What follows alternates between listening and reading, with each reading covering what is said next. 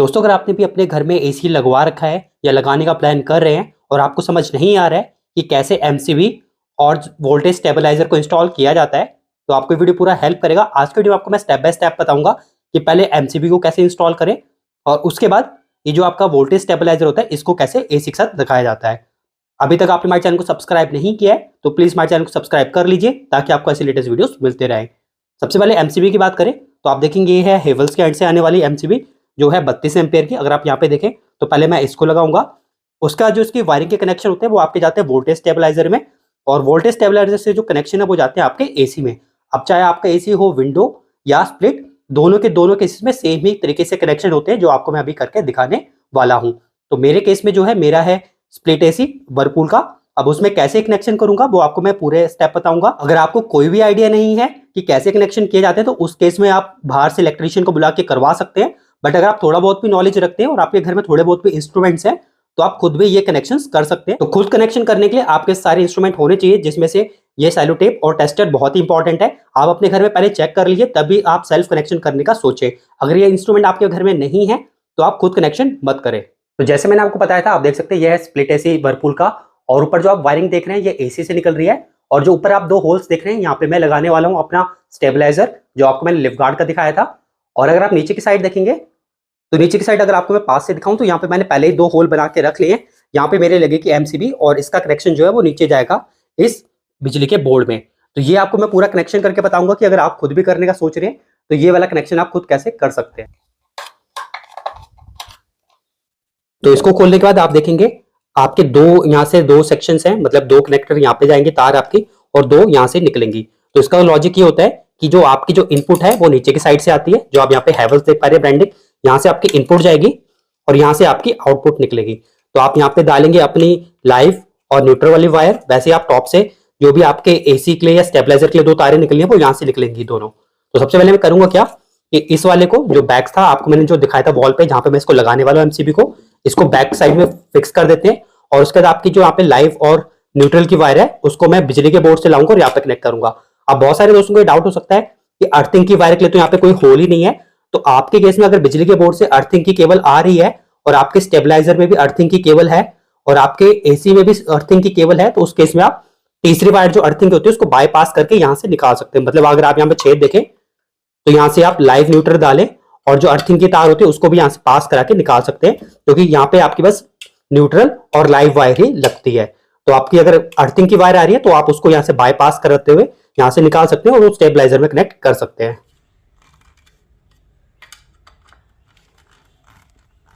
तो अभी जो मैं कनेक्शन कर रहा हूँ इसके लिए मैं यूज़ कर रहा हूँ 2.5 mm की 3 कोर की वायर जो है कवर्ड वाली। अगर आपको भी अपने एसी में वायरिंग वगैरह करनी है जैसे एमसीबी या अभी आप देख रहे हैं स्टेबलाइजर के लिए, तो आपकी जो केबल है वो 2.5 mm से मिनिमम होनी चाहिए। मतलब 2.5 भी एनफ होती है, अगर आप 2.5 से ज़्यादा लेंगे तो अच्छा होगा, मगर 2.5 से कम ना लें। तो आप देखेंगे यहाँ पे मेंशन भी है 2.5 mm की वायर है 3 कोर की। 3 कोर का मतलब होता है इसमें 3 तारें डली हुई हैं जो आप इस तरीके से देख रहे हैं, और ये कवर्ड होनी चाहिए ताकि कल को अगर शॉर्ट सर्किट या कुछ भी हो तो तार इतनी आसानी से पिघले ना। आपको मैं जल्दी से एमसीबी के कनेक्शन दिखा देता हूँ।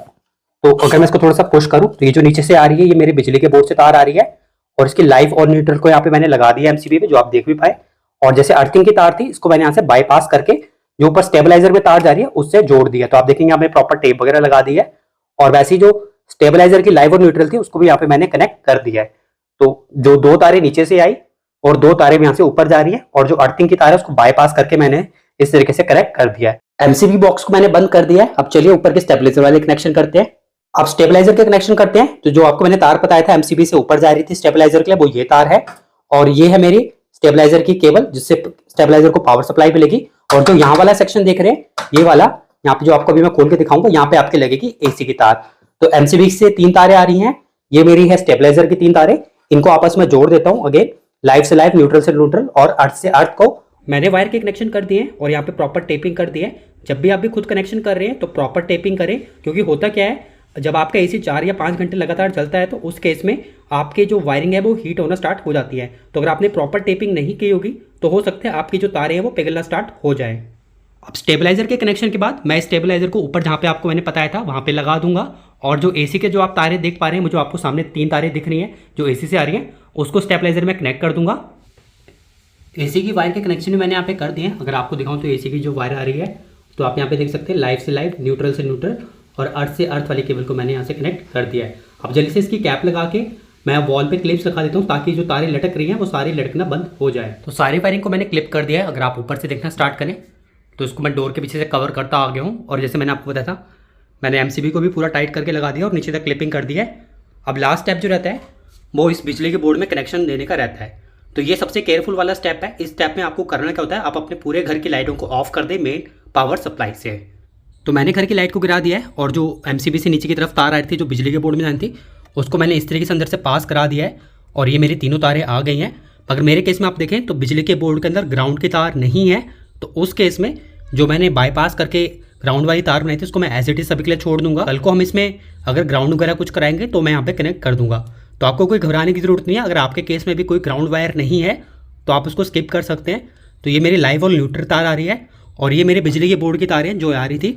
तो इससे अगेन मैं करूँगा क्या, लाइव से लाइव और न्यूट्रल से न्यूट्रल को कनेक्ट कर दूंगा। और अगेन जब भी आप इस तरीके के कनेक्शन करें तो हमेशा तार को खुला अच्छे से छिले और उसमें प्रॉपर टेपिंग करें, क्योंकि मैंने पहले जैसे बताया कि जब आप AC चलाते हैं तो तारें जो है वो हीट करना शुरू करती हैं और आपने अगर प्रॉपर टेपिंग या प्रॉपर तारें नहीं जोड़ी होंगी तो उस केस में आपकी तारें पिघल भी सकती है। तो मैंने पूरी टेपिंग कर दी है और तारों को मैंने जो बोर्ड से फिर से जोड़ दिया है। अब मैं करूँगा क्या, इसको बोर्ड को यहाँ पे लगा देते हैं और उसके बाद मैं आपको घर की लाइट ऑन करेंगे, चेक कराता हूँ कि MCB और जो स्टेबलाइजर सब प्रॉपर वर्क कर रहा है या नहीं।